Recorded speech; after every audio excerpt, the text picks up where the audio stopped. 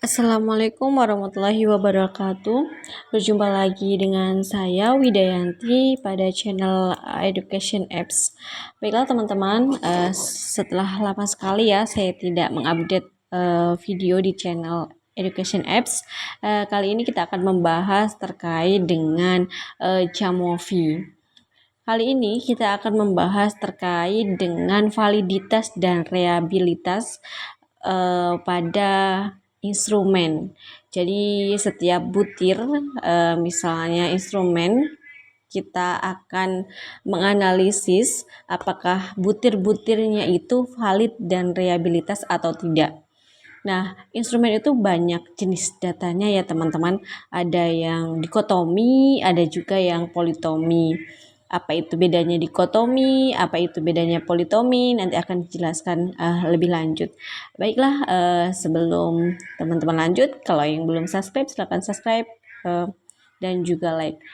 Selanjutnya kita akan bahas lebih detail terkait dengan validitas dan reliabilitas.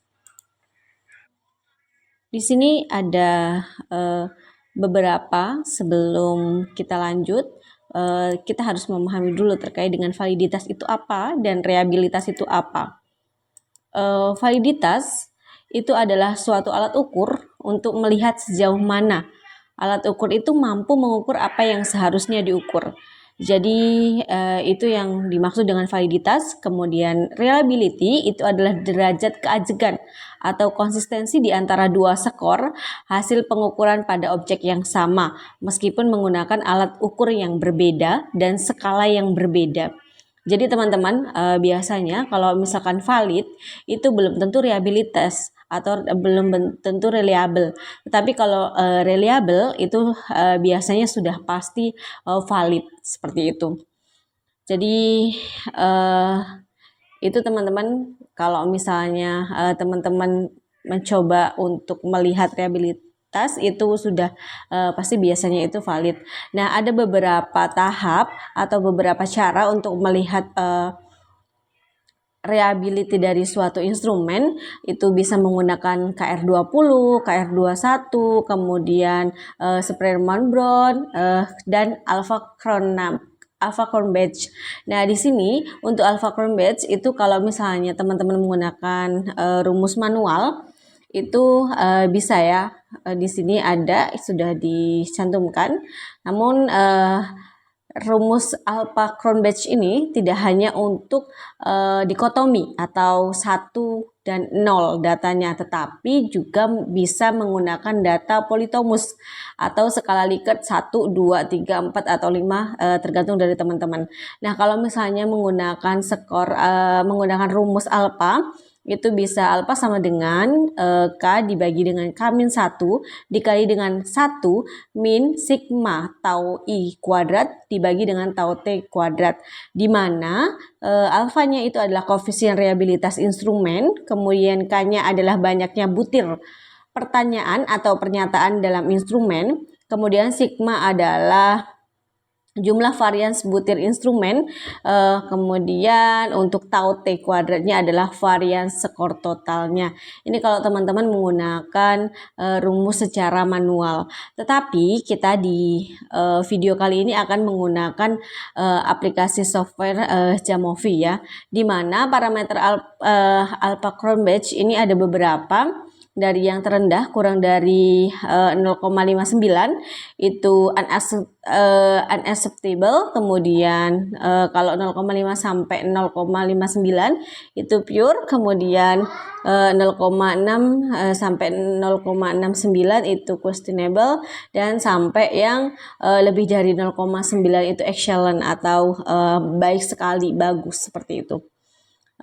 Di sini kalau misalnya teman-teman sudah di rentang 0,7 sampai 0,89 itu sudah bagus, sudah reliable. Berarti artinya teman-teman itu instrumennya sudah mengukur apa yang seharusnya diukur dan sudah ajak gitu. Artinya mau diuji cobakan ke siapa itu tetap sama hasilnya.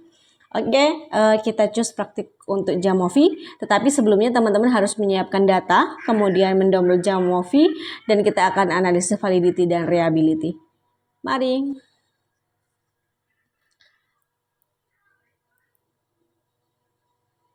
Oke, kita akan buka Jamovi. Pada video-video sebelumnya itu sudah diberitahu ya bagaimana cara untuk mengambil data dari Jamovi, itu yang bisa secara manual ataupun udah ada data kita tinggal mentransfernya seperti itu.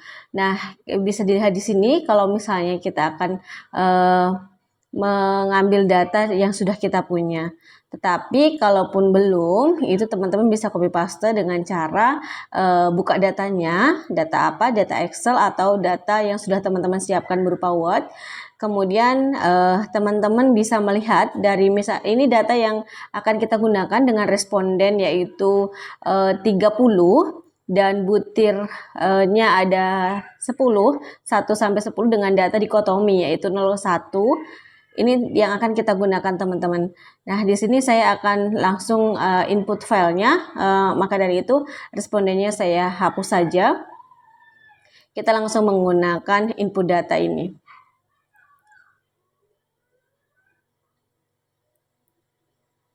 Oke, selanjutnya saya pilih file, kemudian saya open. Saya cari di mana tempat saya menyimpan file tadi. Teman-teman juga lakukan hal yang sama ya. Jangan lupa untuk penyimpanannya. Selanjutnya dari data itu saya open. Nah, akan terlihat datanya. Langsung di sini ada butir 1 sampai butir 10 dengan data dikotomi ya, teman-teman. Respondennya ada 30. Oke, di sini kita langsung aja analisis datanya.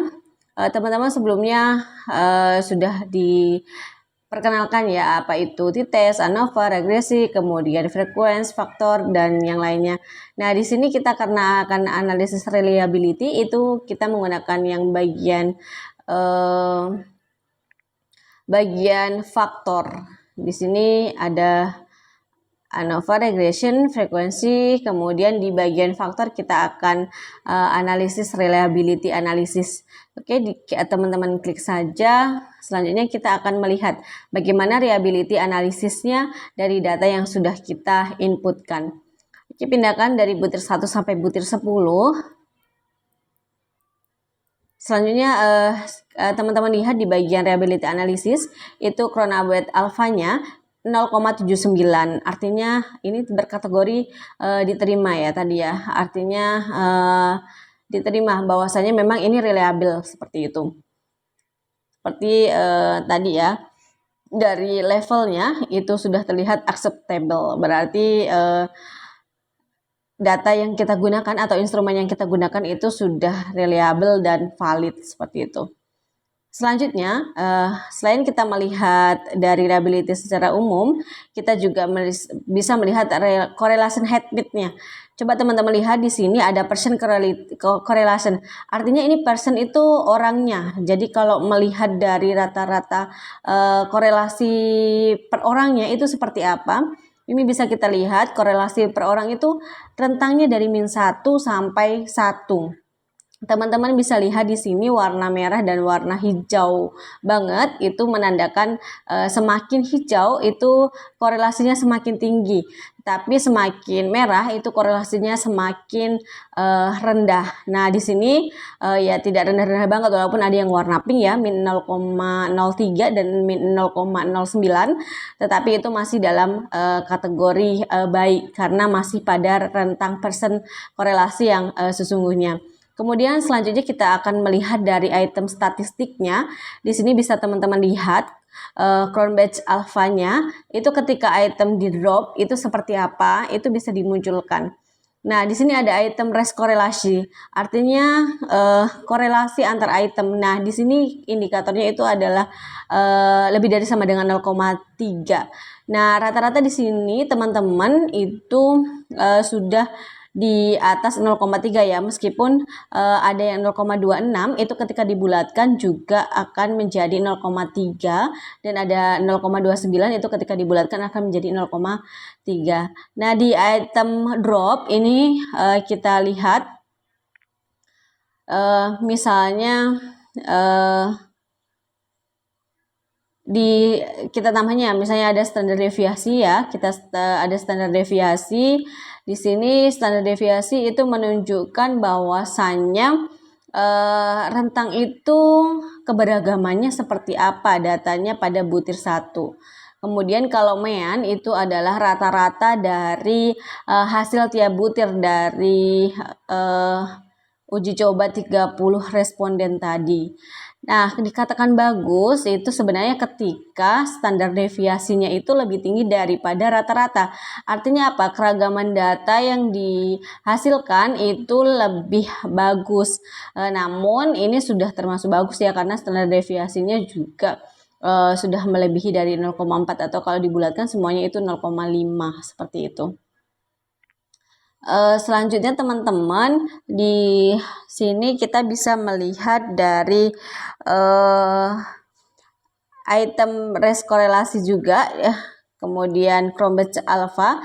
Nah, fungsinya dari item drop atau Cronbach's alpha ini itu ketika itemnya itu dihilangkan itu akan lebih tinggi seperti itu atau lebih rendah ya kan.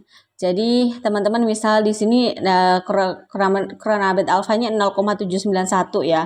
Ketika butir ini sudah termasuk tinggi di dalam Cronbach alfa dari item drop ini. Nah, misal dari teman-teman kita uji coba ya, coba akan menghilangkan di butir 3 itu apakah lebih tinggi 0,792 atau seperti apa. Coba kita lihat ketika kita reverse, artinya ini terbalik, antara butir itu teridentifikasi terbalik seperti itu. Kalau kita coba untuk ngebalik, itu apakah lebih rendah atau lebih tinggi? Oh teman-teman, ternyata di sini item korelasinya akan menghasilkan lebih negatif. Artinya apa? Bahwasanya butir 3 itu tidak terbalik gitu. Kalau misalnya terbalik, itu ada notifikasi seperti ini. Jadi kita suruh mengembalikan lagi. Kalau tidak ada notifikasi seperti yang tanda 3 tadi, itu artinya data kita baik-baik saja dan kita bisa analisis lebih lanjut seperti itu. Itu saja teman-teman yang bisa kita bahas hari ini terkait dengan reliabilitas dan validitas untuk data dikotomi. Selanjutnya kita akan bahas terkait dengan validitas dan reliabilitas untuk data politomi. Selamat bertemu di video selanjutnya. Jangan lupa like dan subscribe. Terima kasih, semoga bermanfaat. Wassalamualaikum warahmatullahi wabarakatuh.